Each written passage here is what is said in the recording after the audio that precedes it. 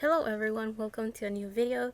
Today we are going to do something different and something a little bit special to celebrate that aespa took out a new song, and in their comeback they had a lot of things that made me think of them as superheroes, and I thought everything was a little bit silly, a little bit lighthearted and fun, so I decided to do this reading in with that same mentality, something lighthearted, fun, and just random in a way. So in this reading we're going to figure out how aespa will be if they were superheroes, and this video will be divided into 4 parts, one per member. I will go in age order, so go down to the description below if you want to jump and watch a specific member, and if not, I will first off start by organizing their oracle, and then we will just jump into their readings.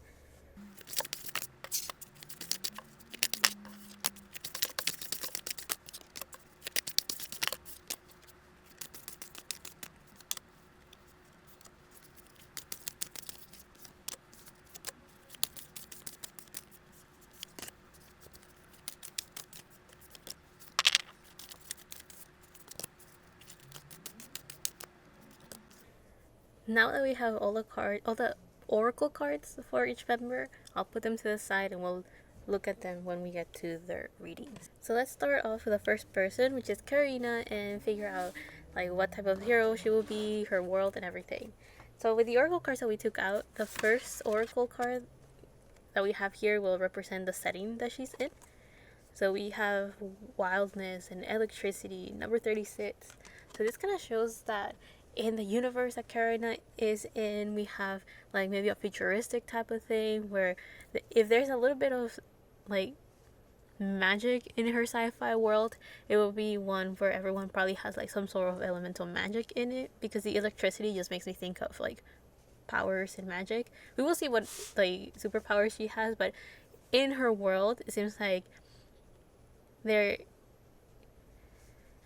it feels like it's in the future or it's futuristic, because electricity just makes me think of maybe what we have today, this modern world of everyone with their flying ships and their microchips and their super high-tech technology. Those superheroes are made because they have very advanced science, but the only way you can explain how they got their superpowers is just science. Okay, look, I'm not really into superhero comics and stuff, so if anyone actually has a good explanation as to how their superhero just magically became a hero, then I don't know. So anyway, for the setting that Karina is in is one where everything moves very quickly, information travels very quickly as well. It will be a world that is full of energetic people, or people that just want to do things very quickly, want to get results just as quickly. Nothing too crazy from our real world. But the other thing that I'm getting is that maybe everyone has an internal set of magic or power that it awakens in them. I was gonna say when dancing, but that's because it looks like this person's dancing, but it just awakens in them when they are filled with emotion. So that's why everyone's wilding in her world. Maybe it is a futuristic sci-fi Wild Wild West or something. I don't know. Anyway, let's go on to the second question and figure out, if Karina was a hero, what will be her superpowers? If only I could grab the cards. There you go. So these oracle cards are going to tell us what superpowers Karina will have. So we have the rain, and we have the earthy. So remember how I mentioned that Karina was in this very futuristic world? Well, her superpowers are going to be the reminder to society that we live on Earth and that nature is a thing. And her powers, we have rain and earth, which no, actually that's not true. So these cards are from Card Captor Sakura, and in that one, I think the rain card came up with the forest. It was actually the forest. The earthy one, I do not remember the episode where this card was introduced, but for a split second, I thought it was that one episode where where Sakura actually gets both, like, two cars at a time, and it was the rain, and I think it was the forest, and they were like working together, creating like this very giant tree. But with the powers that Karina will have, it will be, you know, this rain car is very silly, so that makes me think that um, one of the ways that Karina might use her superpowers is just maybe, you know how they show on cartoons and stuff that when someone's sad they have like this rainy cloud over them. I think Karina will do that to people just for the shits and giggles, just for fun, just to enjoy the moment. And when she gets in her serious mode, then the earth one will be kind of like, oh, let me protect people, let me, I don't know why I'm thinking of like creating platforms or creating these walls of stone or something. I don't actually remember how this card worked in the anime, or actually, yeah, I don't know how it worked in the anime, but if Karina had superpowers, then it would be very feminine energy because we have water and earth. And this also makes me think of like very sharp crystals with the earthy energy, and then with the rain, very silly, let me just ruin people's days. Let me just inconvenience people in a lighthearted and silly way. And this is because she's in a setting where everyone takes things too seriously. Everyone wants to get things done very quickly, and everyone's in the go-go mentality. Everyone's working very hard, and because of that, her superpowers are one where, is she really a hero? No, she's just being a little bit silly with everyone. But anyway, now let's get on to the third question and figure out, how did Karina get her superpowers? We have the King of Coins.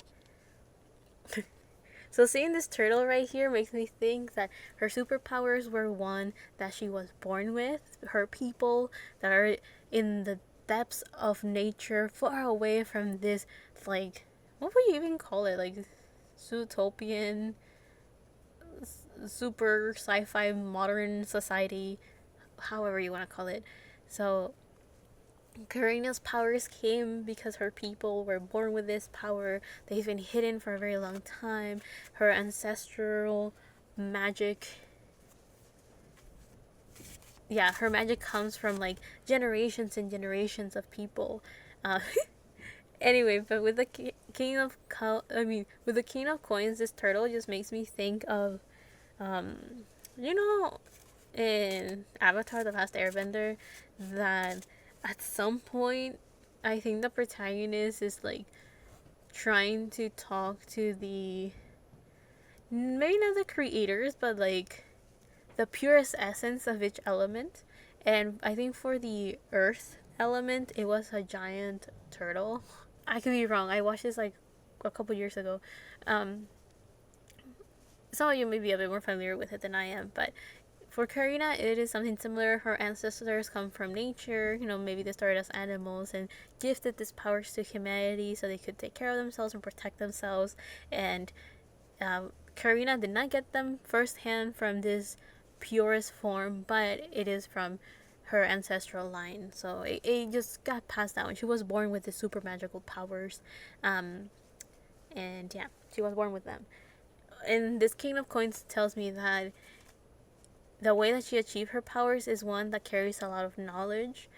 Maybe she had to train a lot, even if it comes naturally. It's like train a lot to learn how to use it to like its limits. And it also makes me think that she has a very good understanding of how these superpowers will work, because again, since it's passed from generation to generation, there is quite a lot of knowledge on how these powers work and how to maintain them and how to use them. So again, it's because of the King of Coins energy. Yeah. And also her powers will be very useful to maintain the society that she lives in, or like the environment that she's in with her people in her community. Now, considering the magic and everything in the universe that Karina is in, let's ask, let's ask, with the powers that Karina has, why will she be fighting evil in the first place? Assuming that she is fighting evil, right?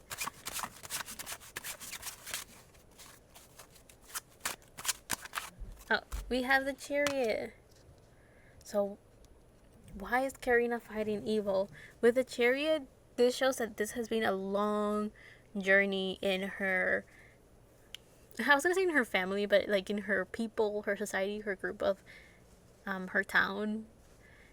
It is their mission to protect society from evil, from all of the potential monsters that can be created in the world that they live in. Everyone is wildly and everyone's crazy.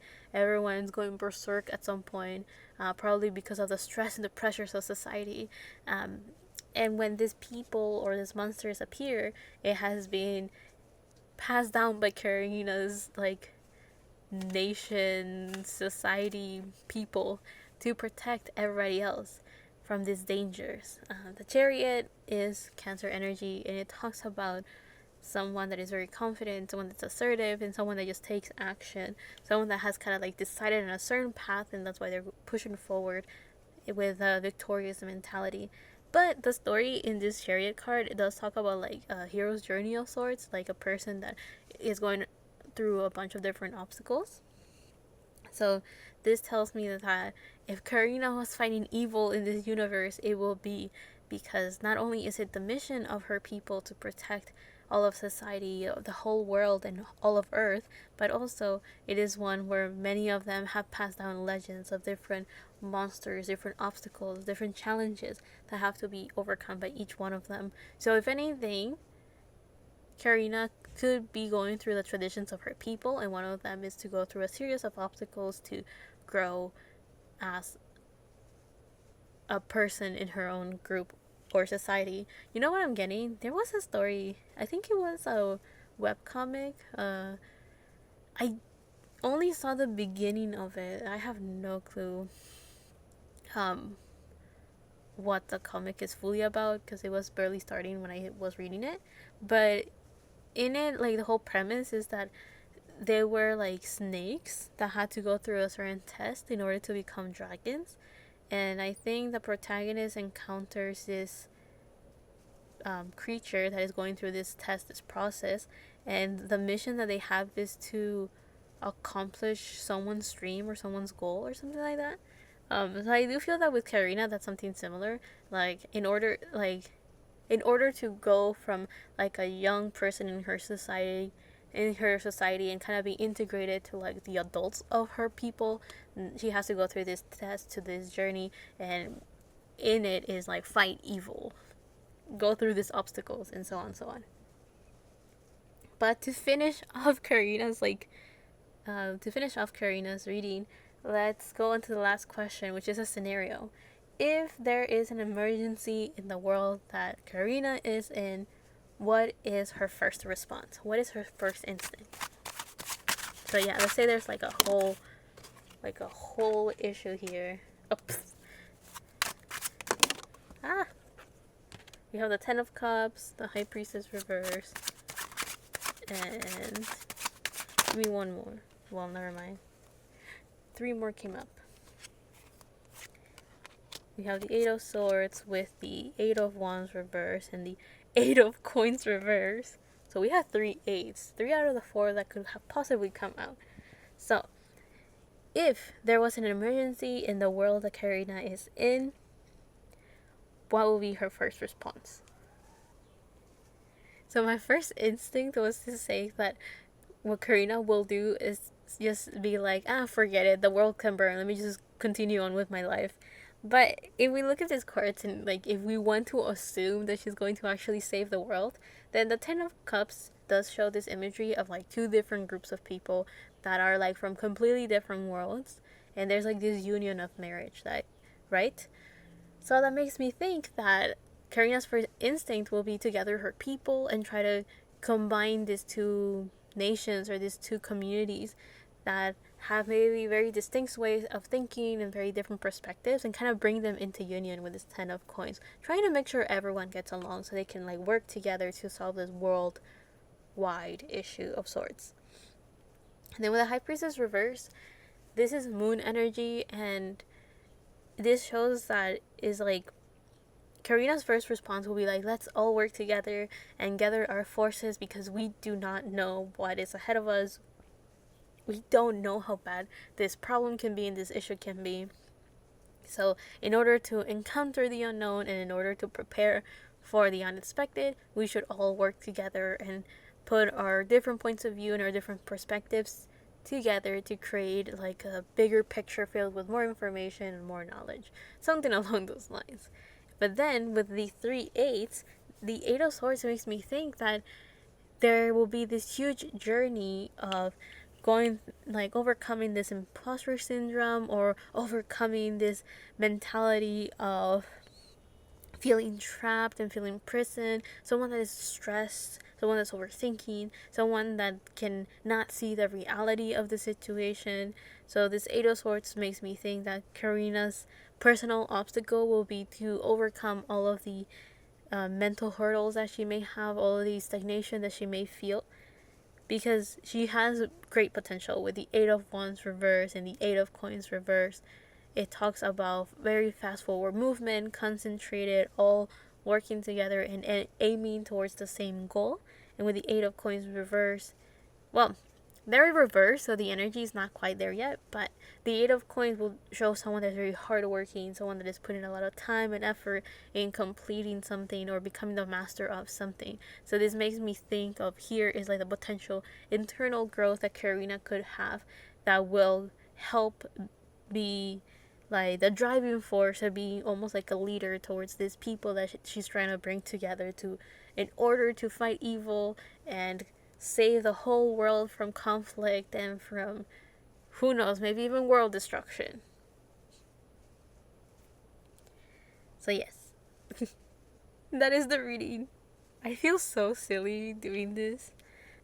This is just for fun, so of course don't take this seriously. This is pure entertainment.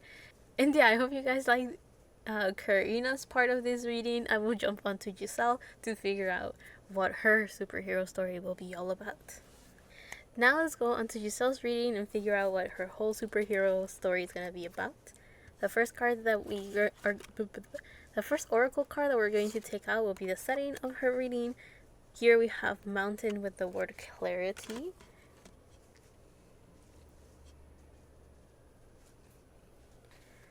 So for Giselle, her setting is in a very cold climate.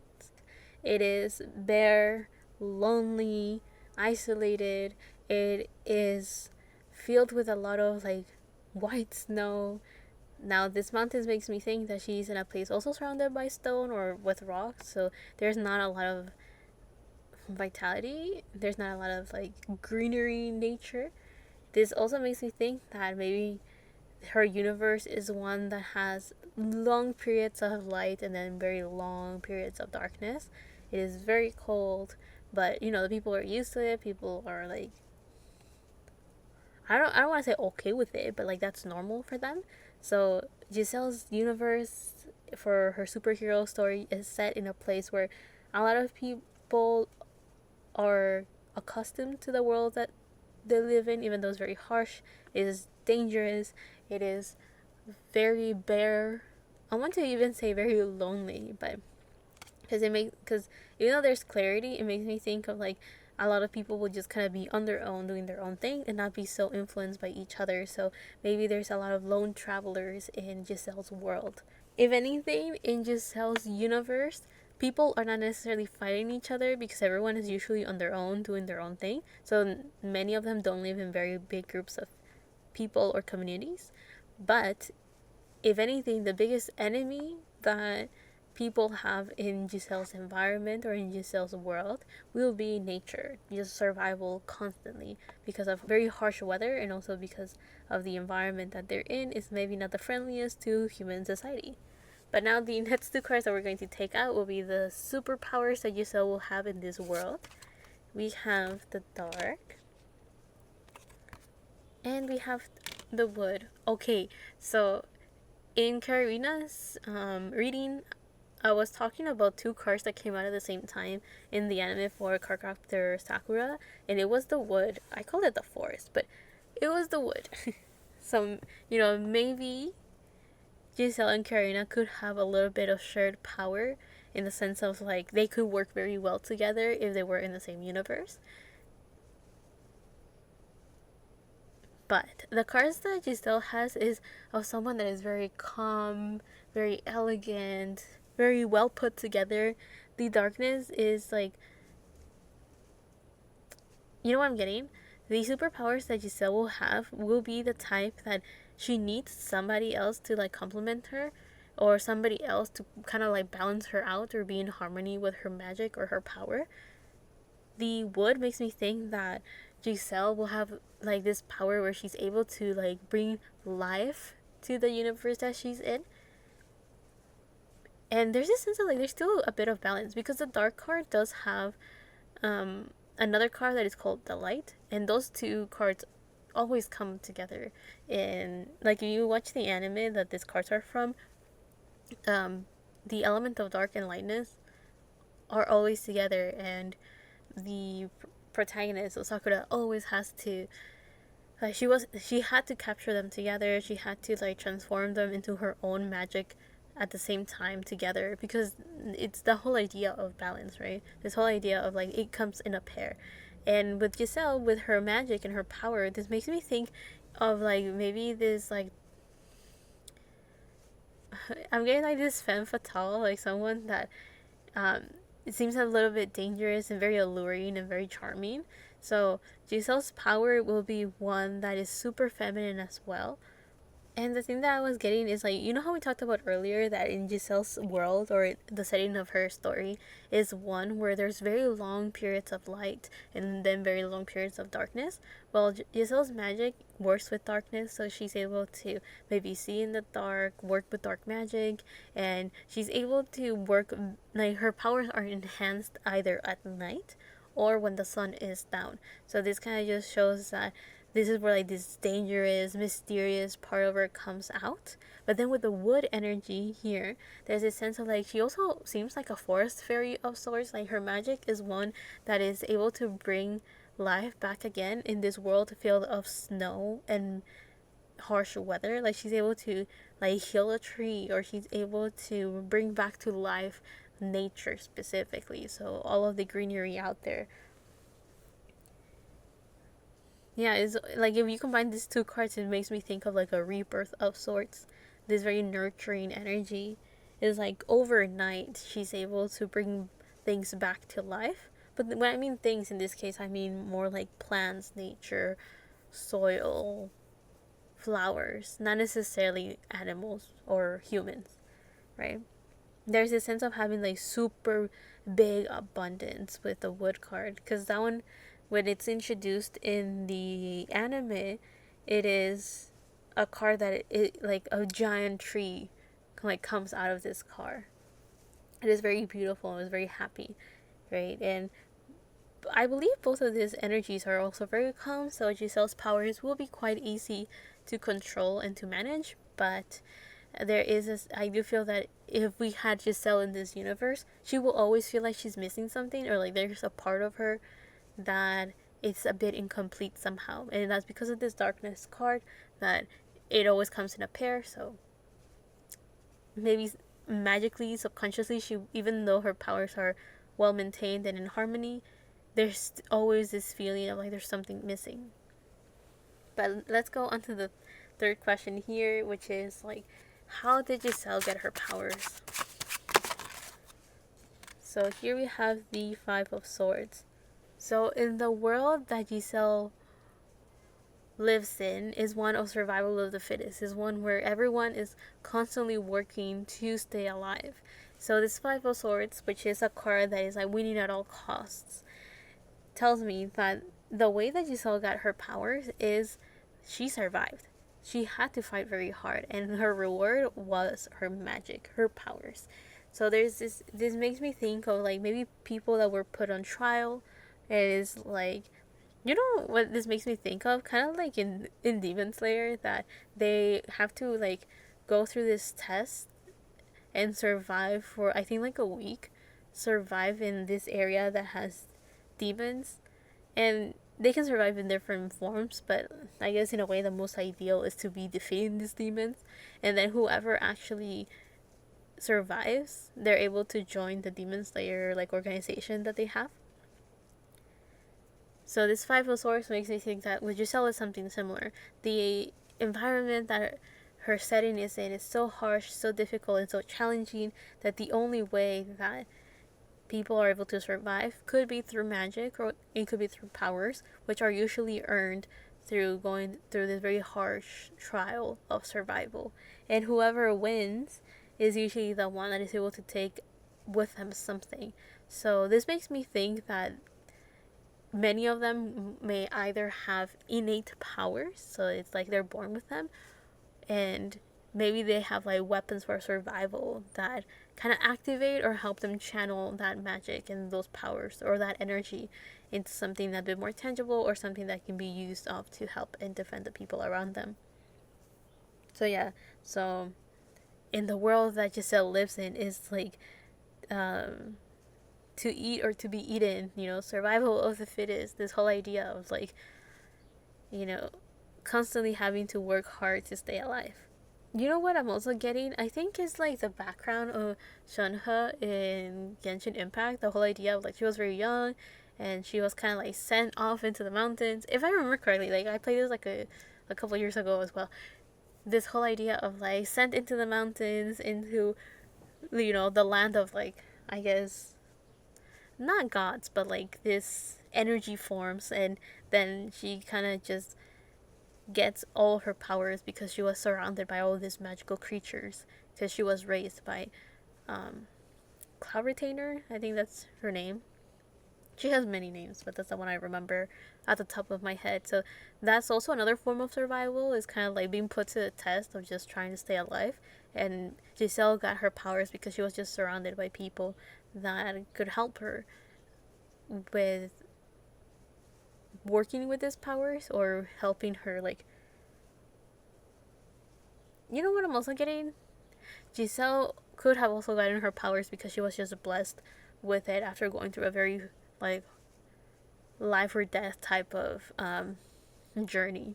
The next question: why does Giselle fight evil? Well, yeah. So we have the Queen of Coins. Ow. So with the Queen of Coins, there is like a giant like snake in the background. I want to say it's a python, but I have no clue. And this makes me think that the reason why, because the Queen of Coins is supposed to be like Taurus energy, and it's a very nurturing card. If anything, there's another card that I thought of when I saw this Queen of Coins, which was in the Shadowscapes card, and that one, you see a person that is kind of like inside of a tree bark, almost like personifying this tree bark or this tree. And that is a very good example as to what the Queen of Coins or the Queen of Pentacles symbolizes. Is this person that is able to support and take care of other people because of how abundant they are. It is usually someone that is very stable and is able to take care of themselves to the point that they're able to provide that same help or that same care towards others because of how well they're doing. So this makes me think that the reason why Giselle fights evil is because in her story, she has gone through such hardships and she has seen all of these challenges that other people within her universe go through, that what she did was to put it upon her to help those that need it, to be able to provide a safe space for those people out there. And that's because she understands how challenging this could be and how difficult it can be, that her character in this story decided that it was the best thing to help those that she knows are going through an equal rough time to what she experienced as she was growing up or as she was young, right? Especially because now she has the power to be able to take care of other people. So this Queen of Coins just makes me think of someone that is like, I've gone through a hard journey and I don't want others to experience the same thing I experienced. Therefore, I will try to provide them a safe environment to be in. Now, to end off this reading, let's take out cards for the last question, which is a scenario, a situation. If there is an emergency in the world that Giselle is in, what is her first response? Wait. So we have the Three of Swords, the Ten of Swords reverse, the Two of Coins. So, in Giselle's world, the Three of Swords talks about heartache, so that kind of just shows that her first response is to think of, her heart will be in a lot of pain just thinking of how difficult and challenging it will be for the people in her world and in her universe to experience such hardships. Whatever this emergency is, or whatever danger the world that her universe is set in, will make her feel like she's willing to sacrifice everything for these people. But it will also put her in a position which is, you know, her initial response will be like, oh, this is not fair. It's not nice that all of these people have to go through even worse hardships than the ones that they experience daily. So this Three of Swords also makes me think of like she's willing to sacrifice herself to create a safe environment for these people. Because the story of this Three of Swords is, I actually don't know the name of it, but like is this woman that is, it's actually a bird that transforms into a woman. So like my understanding of it, okay. So there's this guy that saved this bird, and as a way of thanking this guy, this bird becomes this woman and ends up like marrying the guy and everything. And then at some point the guy gets sick, and in order to pay for his medicine or whatever, the bird is using her feathers to create some sort of product that can be sold to be able to have the money for this medicine. But as this bird is using her feathers more and more and more, she's also getting sicker and more because, well, she's sacrificing herself for it, right? So this makes me think that Giselle's initial response will be to sacrifice herself if she needs to save the people in the world that she's in, to help them not be in the hardships that they're in. If anything, this Ten of Swords reverse makes me, because I think the imagery of this Ten of Swords talks about some sort of betrayal, and usually the Ten of Swords to me feels someone that is in so much pain, or someone that is overthinking so much to the point that it becomes physically apparent. So those people that is someone that's very stressed, at some point maybe they stop eating or they can't sleep that well, so then physically their body is taking a toll because of all that stress. To me, the Ten of Swords describes that. Someone that physically they can already feel the pain of how much they've been overthinking. But also the Ten of Swords usually talks about the end of a cycle. So it's supposed to be like someone that they've felt all this pain and all this struggle, but they're about to reach the end of it. Like there will be an end to all of this pain and all of this hardship. So this Ten of Swords reverse tells me that Giselle's first response in this story will be that she's willing to sacrifice herself till the very end, and she will be under so much pain and so much stress that she will not be able to see the end, or being able to think of a better solution than her own sacrifice to save the people in the world that she's in. However, with this Two of Coins at the very end, this shows that she will be able to find a balance between herself and her community.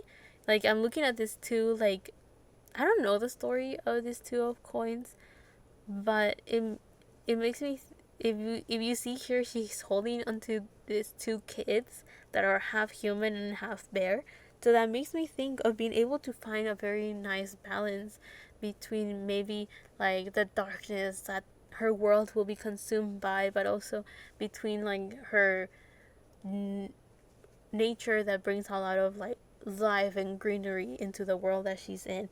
So this makes me think that this could be maybe darkness falls upon the place that she's in, which brings a lot of dangers, since the people in her world are ones that rely more on light or something like that.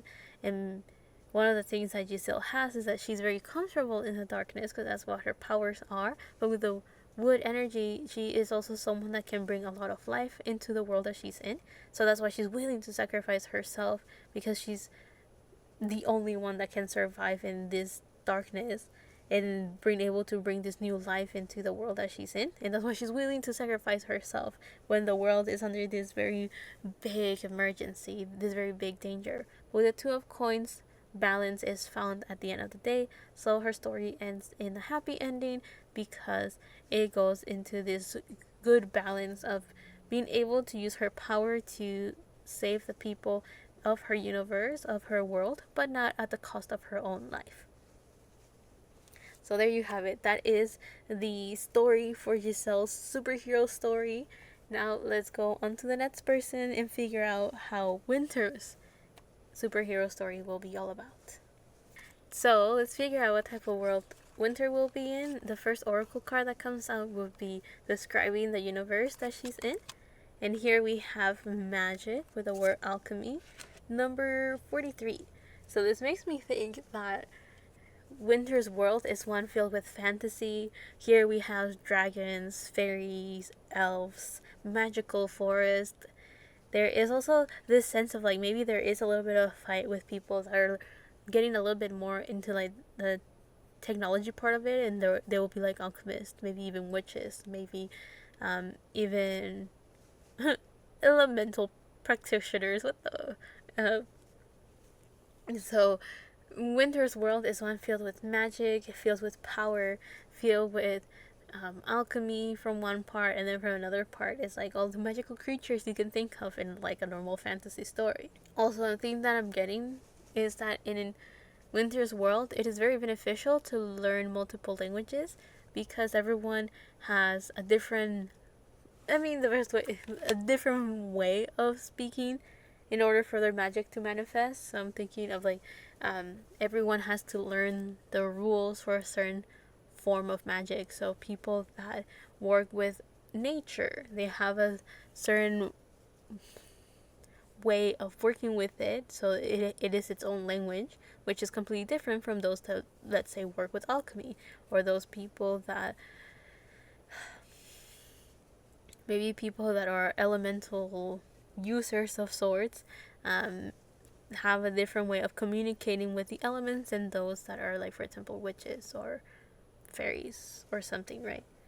So that's why I'm saying like everyone has like their own language and their own form of practicing magic, and if anything there could be a lot of fights between all of these different groups, and there's different ways of practicing magic in Winter's world. But now let's look at the superpowers that Winter will have in this magical fantasy world. Oh, I was praying, hoping that this card will come out. So we have the light energy, and then we have the windy. So Winter is super connected to Giselle's reading as well, because if you didn't see Giselle's part of this video, Giselle got the darkness card in this exact position, and I mentioned in her section that in Cardcaptor Sakura, the light and the dark were always paired together. They always came together. Like the first time that they're introduced to Sakura, I think it was during the, if I remember correctly, her class was doing like a school play, and then at some point everything goes black, and that's when she meets the cards for the first time. I could be wrong. I will have to search that one up. Here, hold up. Let me pull up the darkness cards, and Giselle got it. Here, this is a card. See, they always come together, and that's why they look very similar too. Okay, not similar as in looking the same, but like they have the same position. Like, they're in the same position, similar form. Anyway, so this kind of shows that, remember how, let's say all of the what is it called? All the aespa members were in different universes, and I mentioned in Giselle's that maybe even though she has very good balance within her own powers, she always feels like she's missing something. Well, that energy that she's missing will be Winter's energy, because Winter has that other part. And just like Giselle, Winter will also feel like she's missing something, even though her magic seems like it will be working very well together with the light and the windy. So with the windy, this is the very first card that Sakura gets in the anime or in the story, and this is the card that when she reads it, all of the other cards in the book where these cards were in just fly out, and the reason why her journey starts. So this makes me think that Winter's powers will be one that brings a lot of light, a lot of positivity, a lot of happiness, and one that allows her to see even in the darkest of places, or is allowing her to even purify and cleanse the energy, or maybe even people. And with the windy, this also shows that she will have this air element where, maybe a little bit more like the elemental practitioners of her world She will be able to maybe move stuff, maybe even use it to attack people with like, you know what I'm getting, like, oh yeah. So um in Genshin, one of the characters from like one of the people that like have animal or like wind powers has like these slashes of wind that come out, and I think that will be Scaramouche. I think that's how you say it in English. Um, the guy with a big hat. Him. I was like seeing like these slashes of wind coming out, and that's what I was thinking of. Or maybe, Winter will have this power where she is able to just kind of capture other elements. I'm talking about Swirl in Genshin, right? She's able to capture other elements because the other imagery that I got was like Kazuha in Genshin Impact and how he is able to create like this tornado type of thing that can um, combine with another element like fire, ice, water, or I guess electricity or electro as you see in Genshin. But yeah, with Winter, she will have like this very healing, cleansing energy with a light, and then with the Windy, she will have something that you will think is quite obvious, right? Being able to maybe move things around, create like these tornadoes or these big storms of wind, and move things around because of this wind as well. So yeah, Winter did not get snow powers. But I guess with Windy you can create a very chilling experience. Boom, Chin, let's move on. So, how did Winter get her superpowers? The card that came out was the King of Wands. So, Winter's world is one where magic already exists and everyone's very familiar with it. If anything, a lot of the conflicts that people may have is because they have different ways of practicing it. Some people are gonna be like, my method is right, yours is wrong, and so on and so on. So this King of Wands just makes me think that the way that Winter's magics someone stop me, the way that Winter's superpowers come in or her magic is manifested is because of something similar to what I guess Karina got. This whole idea of like, here it seems like we have like a phoenix, but also the feathers makes me think of a peacock. So, you know what story this reminds me of a little bit? I don't know the name of it, but it was a web comic as well. And in that one, everyone had like an animal assigned to them from birth. Well, maybe not assigned, but like they were born with an animal, and there was a hierarchy. And for example, I think the protagonist had a cat, or at least at first it was a cat. And then he had a friend, I think she was like some sort of bird, and another friend that was a dragon. And because of that, they had different hierarchies. So, for example, the dragon was way above the cat and the bird. And in this case, I do feel that with Winter, it will be something similar. Like the way that she got her superpowers, or her, in this case, it will be magic, is from birth.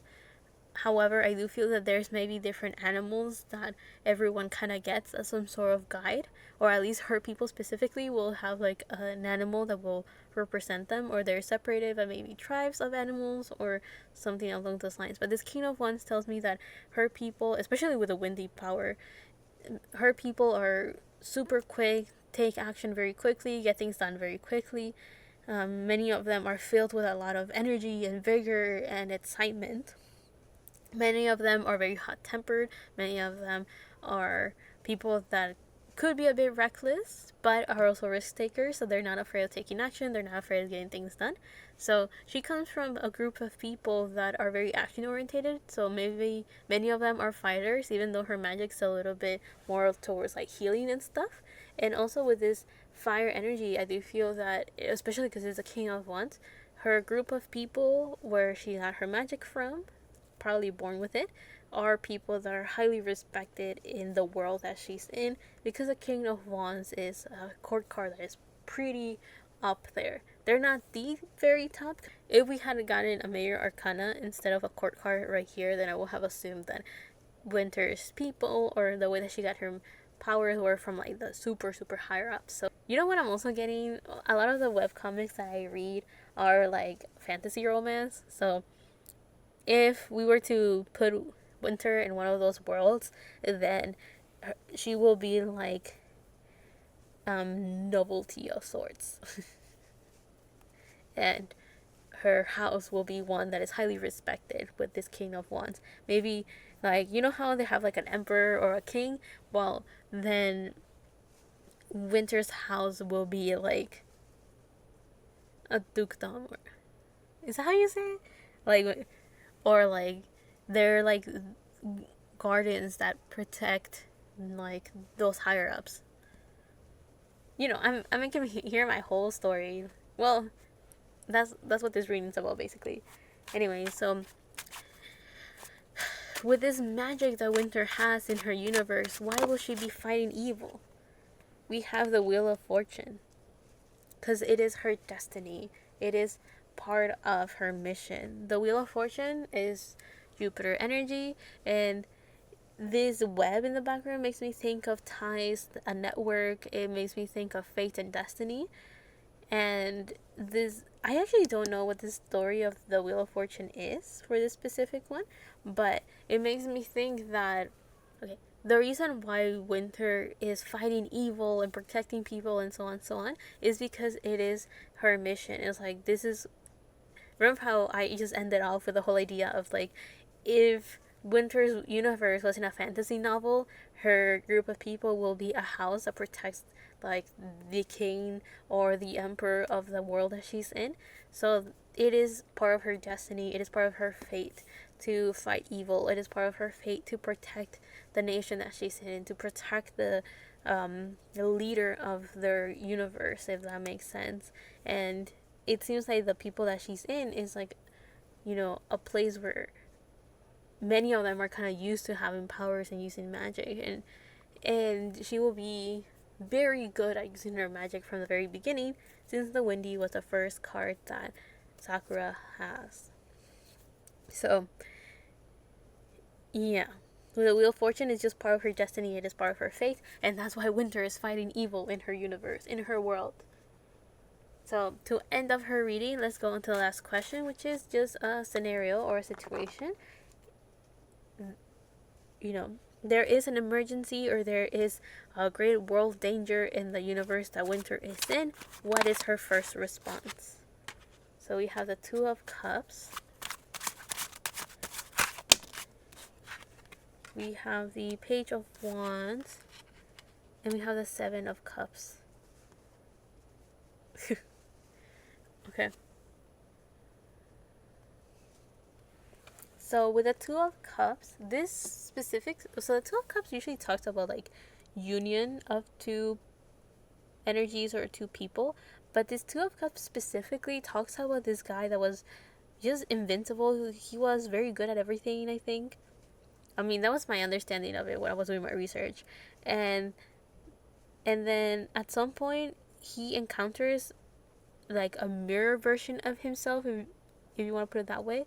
So basically, this makes me think that for Winter, when there is like this very big danger in the world that she's in the universe that she's in her magical world, her instinct will be to connect to the guardian of her house, or like the familiars of the group that she's in, or like her, like of her people. Like she will connect to, you know, again, I'm thinking again of like fantasy novels. um like she will, I mean, I'm thinking again of like those fantasy romance stories that like webcomics that I was telling you guys about. Like, you know, the novelty house that she's in, there probably is like some sort of garden, so it might be a phoenix, and she will like connect to that, to like that spiritual bird, and be like, give me the knowledge, give me the power, and give me all the tools necessary so I can protect these people from the dangers that the world is in, or something like that. And her first mission will be to like combine powers, combine consciousness, or combine energies with the ancestral guardian of her house. So she's getting her power up basically. And then with the Page of Wands, we have this excitement, we have this energy of wanting to push forward and get things done. The pages in tarot are supposed to symbolize like a new beginning, and wands is an energy that is ready to take action. So the page of wands is supposed to symbolize someone that is very excited to take action, someone that has been sparked with motivation and inspiration to get things done. So this page of wands just makes me think that for Winter, her first instinct is just to take action. But you also don't have to keep in mind that the house that she was born in, or like the group of people that she was born in, is one where people just get things done. They take action, they work, and they move forward to make things happen. They could be reckless, but they're risk takers, so they don't think twice. They just get things done. So for Winter, it would be something similar. Like her instinct is like, what is the first thing I can do to get ready for this war, or to get ready to protect this world and this universe? So her instinct will be to get her power up, combined with the ancestral magic that will be inherited to her by birth, if you want to put it that way. And then she will get the power up necessary to just be ready to fight and protect people. And then lastly, the Seven of Cups reverse just makes me think of like someone that is locked in a certain path. So instead of thinking of multiple ways on, in this case, solving this issue, it's someone that has like locked in a certain path. Like, this is what I'm going to go to. This is a journey that I've set myself for, and that's what I'm gonna get done. So for Winter, her world and in her universe, she's someone that is like very determined and very set on, very aware of what her destiny is and the path that she's meant to take. So again, if we go back to this whole like novelty and like houses that are meant to protect the leader and the people, or like the community that she's in, then if there's ever like a conflict of different ideologies of magic, or someone goes berserker because it's like, oh, we wanted to push the limits and the laws of the magical world, and they unlock like this super dangerous beast or whatever, then Winter's instinct will be like, let me get my power up so I can protect my people. Let me get ready to just push forward and take action, and just be set on this path on how to do this, because her house was like, or her people were like trained for this. So it is funny to me because I saw that light card and I was thinking, oh, Winter's gonna be more of a healer, but we got more of a fighter in Winter's cards. Anyway, I hope you like Winter's story. I hope you guys like this reading. This one was, in my opinion, the most coherent one, even though I'm thinking of like superheroes, so, you know, like maybe the Powerpuff Girls, or maybe like those Marvel superheroes, or maybe DC superheroes, I don't know. Maybe even, I was not expecting to get like magical girls, even though I am using Cardcaptor Sakura cards, and I was also not, I didn't think I was gonna get full on fantasy. So I do feel that in Winter's world, or like her story, was the most coherent one so far. I mean, it makes sense that at least with Karina that I was gonna be a bit lost, because it was this first person I was doing this for, and then with Giselle, I was like, her powers don't really fit the world that she's in, but oh well, we'll roll with it. So I'm glad that Winter's made sense and that it's a bit more coherent. But with that said, let's just jump into the last person, which is Ningning, and figure out what her superpowers will be and what type of hero story she will have. Now let's go on to the last story, which will be Ningning, and figure out what her superhero story will be all about. So the first oracle card that we're going to take out will be describing the setting of her story. Here we have pressure with transformation. You know what I'm getting? A super galactic world, aliens. With this pressure and transformation, I always describe it as a diamond. It's the whole idea of like, I don't know if diamonds are made of coal, but it's like, if you know, the diamonds have to go under a lot of pressure before they can be like compacted into this beautiful bright diamond, right? So this makes me think that for Ningning's setting, she will be in a place where, you know, think of Star Wars, think of like super galactic wars, think of like traveling in spaceships, think about traveling through time and space, going through different planets. Ningning's world is one that is, I guess you could say, it's a bit of sci-fi. And this pressure and transformation, it is one where there is a predetermined story of how the world will end. And it could be through a a supernova. I don't know what a supernova is, but like a big bang explosion of sorts is like a star is gonna go boom, and even though it will not affect the whole galaxy, it will affect that solar system. So we're talking about an old dying star. Anyway, let's go on to the second question, which is what superpowers will Ningning have? We have the sword, and we have the create. So in Ningning's world, people are not born with powers or with magic, but they have magical tools, if that makes sense. You know what I'm also getting? I don't know why I'm getting like Power Rangers.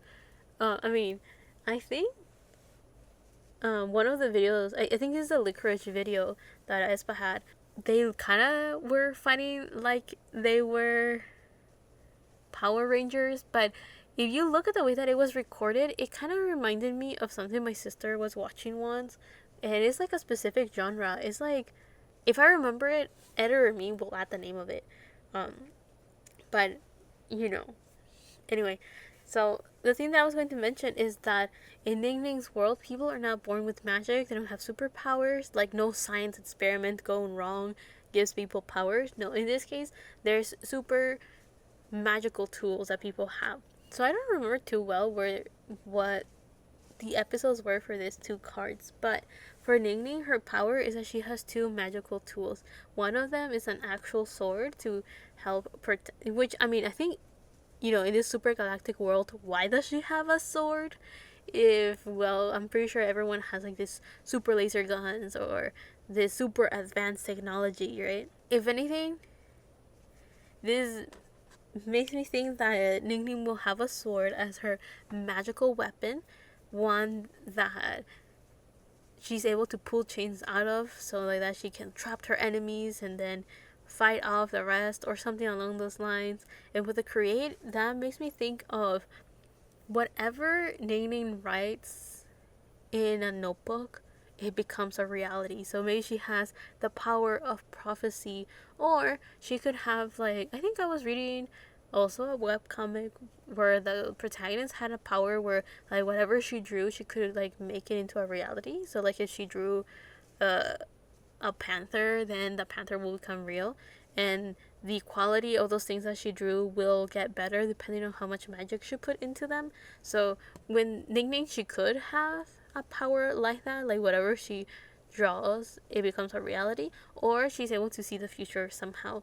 And maybe this is why she knows what will be the future of the universe that she's in, and she understands the dangers that the world she was born in will go through. So that could be the reason why she already put herself in the position of a fighter, to protect the people that will go through all of these challenges, or to protect the people from the dangers of having a super connected galactic world. Anyway, so even though Ningning doesn't have like magical powers as I thought everyone was going to have, let's figure out how did she get her powers, or in this case, how did she get her magical tools? How did Ningning get her magical superpower tools?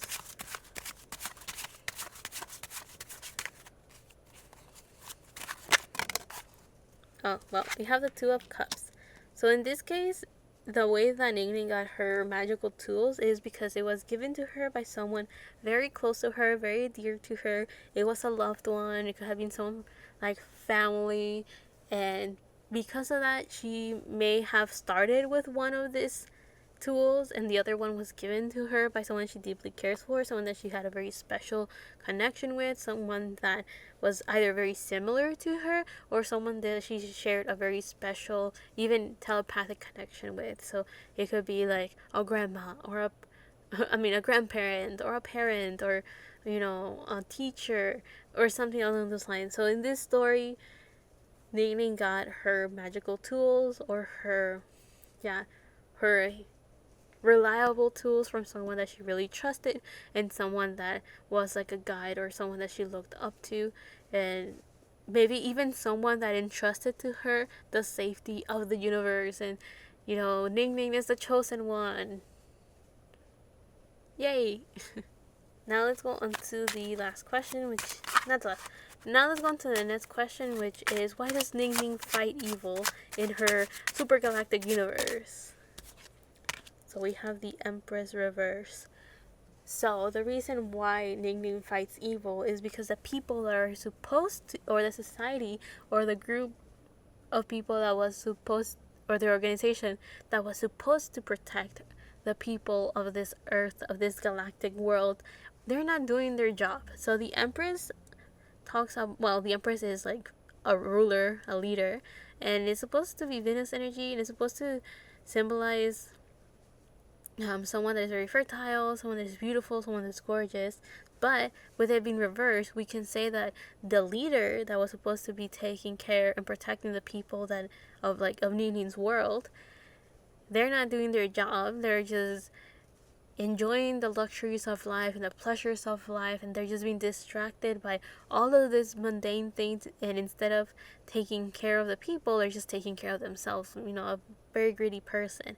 And with the Empress, so this is supposed to be Virgen de Guadalupe, so the Empress reverse just makes me think of like all hope is lost, no one has faith in these people, no one has faith in the leaders that were supposed to take care of them and protect them, and because of that, I think Ningning is going to be part of like this rogue organization or this rebel group of sorts that is kind of like Robin Hood, taking care of their people, taking care of the poor, taking care of the less fortunate, and like being a pain in the butt for those in higher power that are not doing their job. So that is what Ningning is.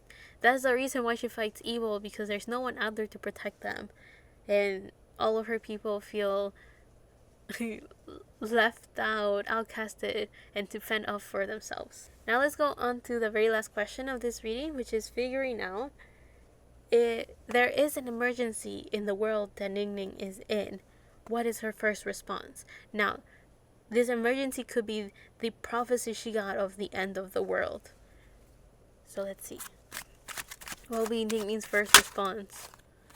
So the first card we have is the Ten of Swords reverse. Okay. We have the Two of Swords reverse.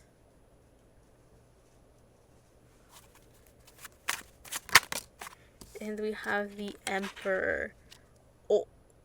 Okay. I'm going to say it now. I'm going to admit it right now, right here. I have not watched Star Wars. The only Star Wars media I have consumed is the Lego game.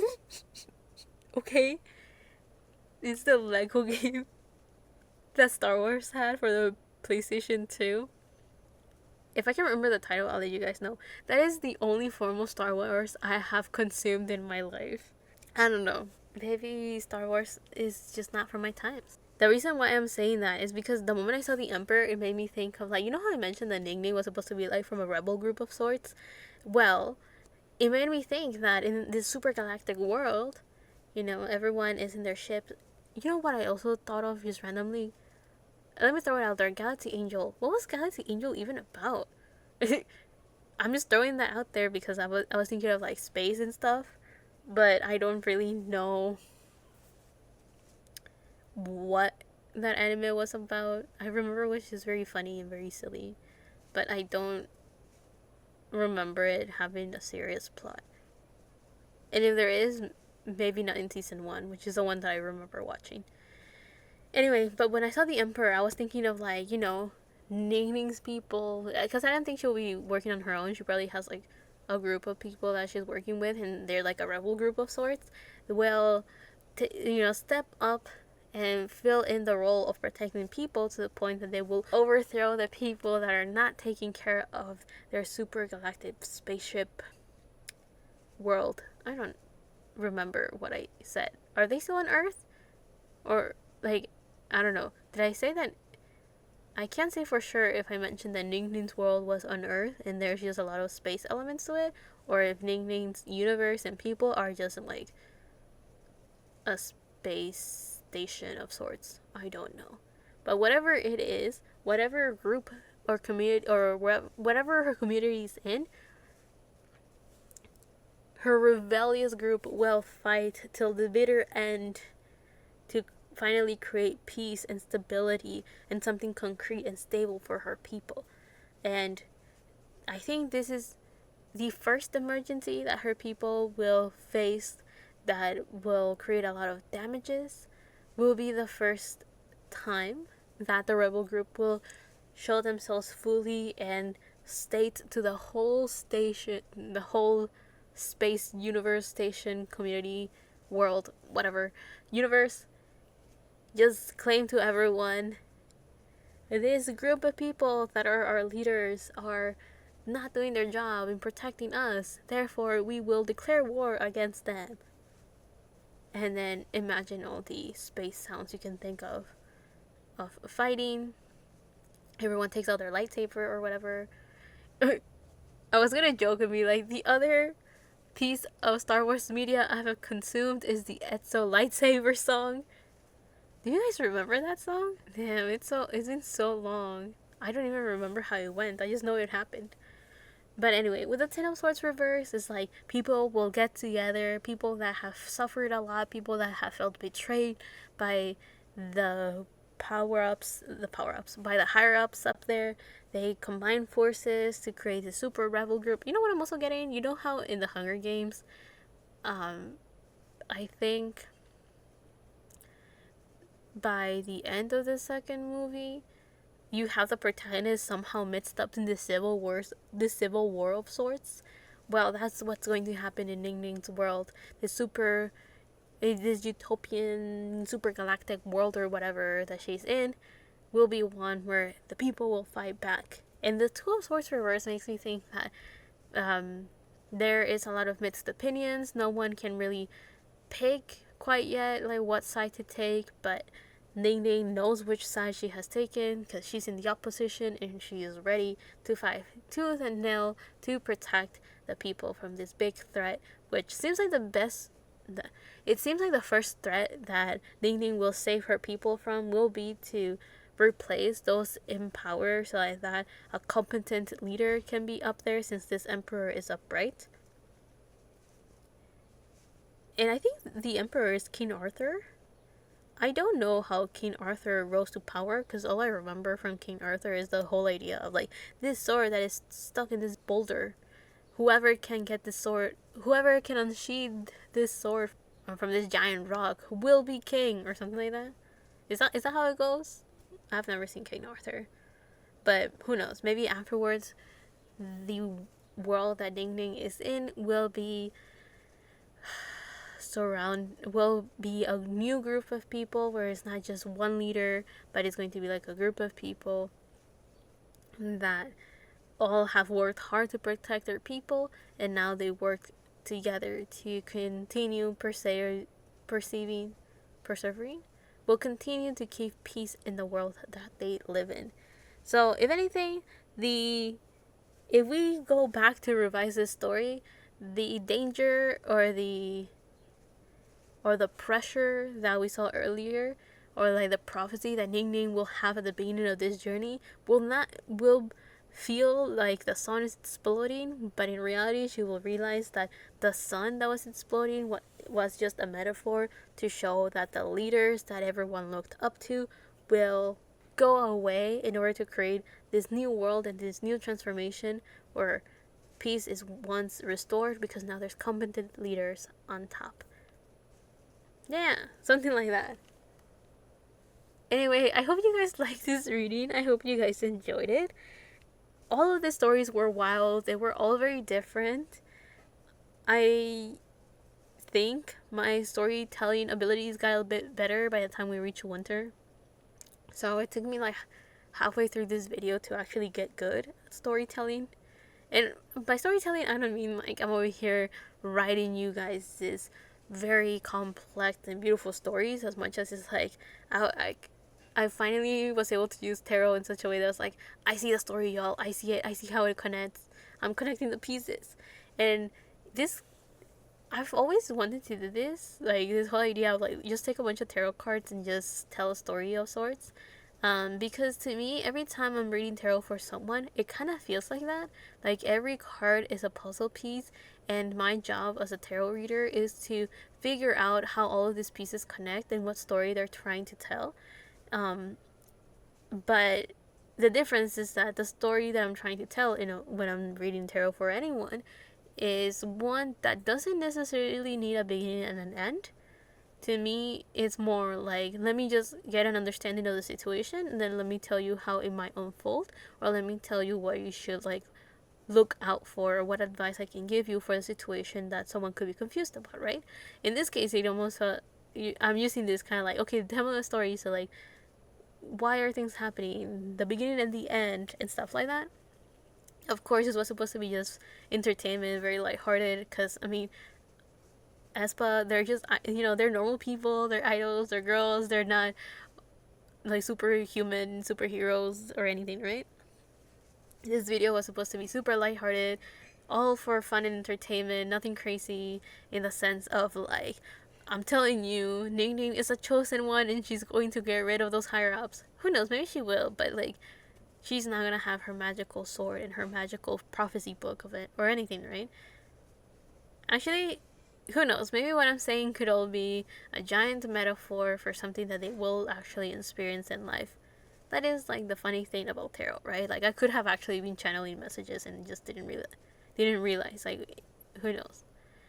Anyway, I will leave this reading here. Once again, I hope you guys enjoyed this reading. I hope you learned from it, or definitely found it entertaining. I will see you guys on the next one, whenever that is, however that is. Make sure that you listen to aespa's album. I haven't listened to the whole album yet, but I have just listened to all the songs that have had a music video, and I've really enjoyed how silly the videos have been. Like, I think that's why I wanted to do a reading like this, that it wasn't too serious, as a way to celebrate their comeback. And yeah, thank you so much for watching. I will see you guys on the next one, whenever that is, however that is. Love and healing from my part to you, and bye.